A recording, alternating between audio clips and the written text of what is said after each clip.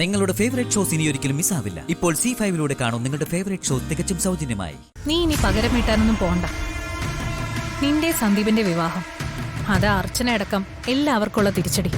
ചേച്ചി, ഇനി ഈ വിവാഹം ഒട്ടും വൈകിക്കരുത്. വൈകും തോറും മുടക്കാനുള്ള ആലോചനകളും കൂടും.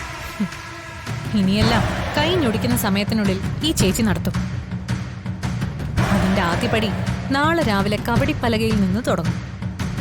ദോഷങ്ങൾ കാരണം നടക്കില്ലെന്ന് ആദ്യം വിധി എഴുതിയ അതേ കബഡിപ്പലകയിൽ നിന്ന്.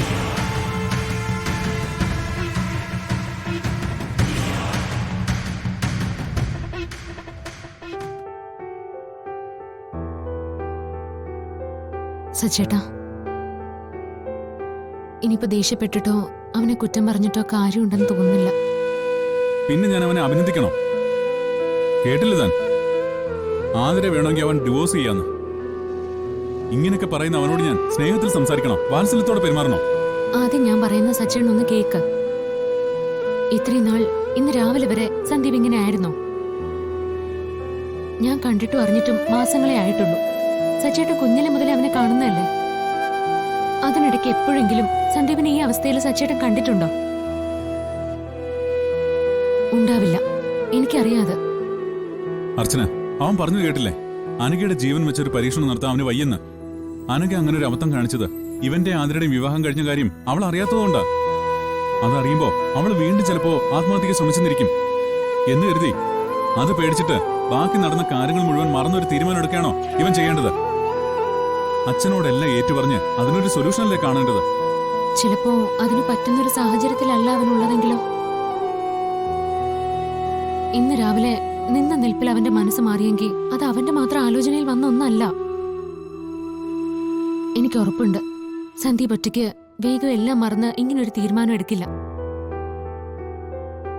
ആ അജയൻ സന്ദീപിനെ കെട്ടിയിട്ട് തല്ലിയപ്പോ പോലും, മരിക്കുമെന്ന അവസ്ഥയിൽ പോലും ആതിരെ ഇഷ്ടമില്ലെന്നൊരു വാക്ക് അവന്റെ നാവിന്ന് വന്നിട്ടില്ല.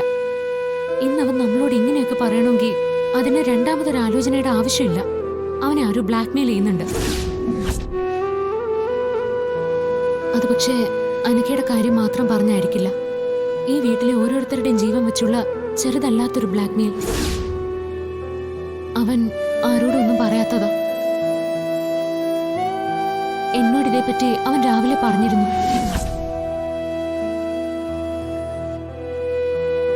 അവനെ ആരോ വിളിച്ചിരുന്നുവെന്നും ഭീഷണിപ്പെടുത്തിയെന്നും.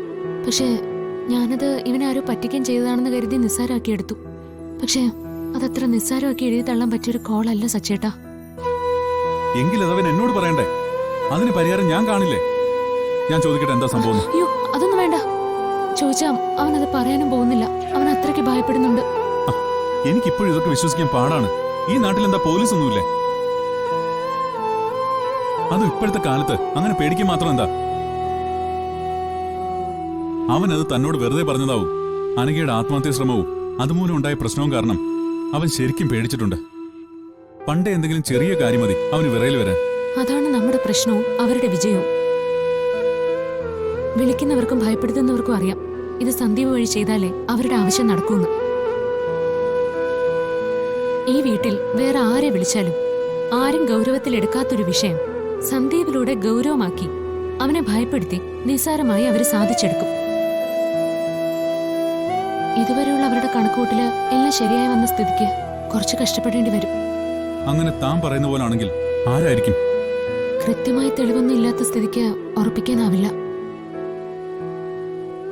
എങ്കിലും ഒന്നു മാത്രം അറിയാം, ഈ വീടിനെ കുറിച്ചും ഇവിടെ ഉള്ളവരെ കുറിച്ചും വ്യക്തമായിട്ട് അറിയാവുന്ന ഒരാളായിരിക്കും ഇതിന് പിന്നിൽ.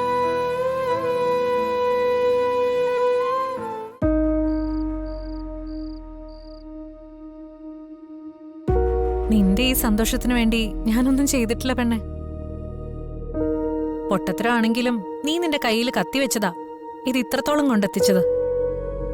ചേച്ചി ഒന്ന് ആലോചിച്ച് നോക്കിയേ, ഇത്രയും സിമ്പിളായി നടക്കുന്നൊരു കാര്യത്തിന് നമ്മൾ എന്തൊക്കെയാ ചെയ്തു കൂട്ടിയേ? എന്തിനാ അതൊക്കെ ഓർക്കുന്നെ? അതെല്ലാം മറന്നിട്ട് നീ നിന്റെ വിവാഹത്തെക്കുറിച്ച് സ്വപ്നം കാണും.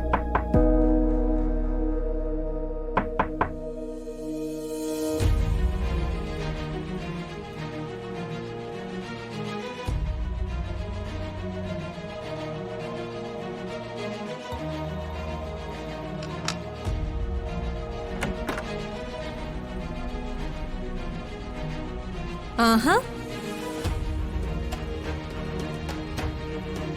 ഇതാരാ? അർച്ചന ഏട്ടത്തിയോ? വാ വാ.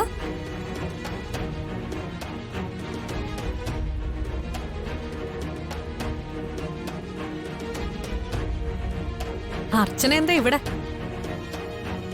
പുതിയ വല്ല വെല്ലുവിളിയായിട്ട് ഇറങ്ങിയതാണോ?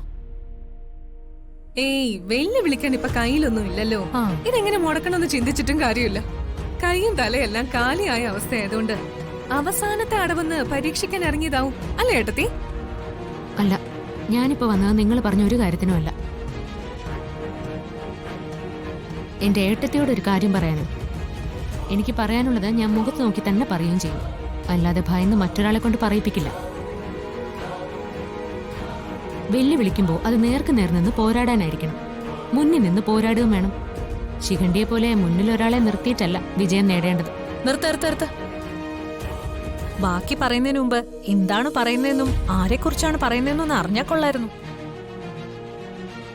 ഇപ്പൊ അർച്ചന പറഞ്ഞതിൽ നിന്ന് എനിക്ക് മനസ്സിലായത് അർച്ചനയും ശിഖണ്ഡിയും തമ്മിൽ എന്തോ പ്രശ്നം ഉണ്ടായതുപോലെ. ശരിക്കും എന്താ സംഭവം? ഈ മഹാഭാരത കഥയൊക്കെ വിട്ട് നേരെ മാറ്ററിലേക്ക് അർച്ചന. എങ്കിൽ ഞാൻ മനസ്സിലാവുന്ന രീതിയിൽ കുറച്ചുകൂടി വ്യക്തമായിട്ട് പറയാം. സന്ദീപിനെ കൊണ്ട് അനഘയെ വിവാഹം കഴിപ്പിക്കുമെന്ന് നിങ്ങൾ എന്നെ വെല്ലുവിളിച്ചു. നടക്കില്ല എന്ന് ഞാനും. നേരായ വഴിയിൽ നിങ്ങൾക്കൊന്നും ചെയ്യാനാവില്ലെന്ന് എനിക്കറിയാം. അതുകൊണ്ട് നിങ്ങൾ സന്ദീപിനെ ഭീഷണിപ്പെടുത്തിയും ഭയപ്പെടുത്തിയും കാര്യം സാധിച്ചെടുത്തത് വല്ലാത്ത തരം താഴ്ന്ന കളിയായിപ്പോയി. എന്നെ ജയിക്കാനാണെങ്കിലും ഇത്ര താഴേക്ക് നിങ്ങൾ പോകുന്നു കരുതിയില്ല. ഹലോ മാഡം, എന്തായി പറഞ്ഞു വരുന്നേ? ഞാൻ അവനെ ഭീഷണിപ്പെടുത്തിയോണ്ടാണ് അവൻ ഇപ്പൊ ഈ വിവാഹത്തിന് സമ്മതിച്ചെന്നോ? എന്താ അങ്ങനെയല്ലേ? അല്ല, സന്ദീപ് ഈ വിവാഹത്തിന് സമ്മതം അറിയിച്ചത് കേട്ട് ഞെട്ടി നിൽക്കുക ഞങ്ങളിവിടെ.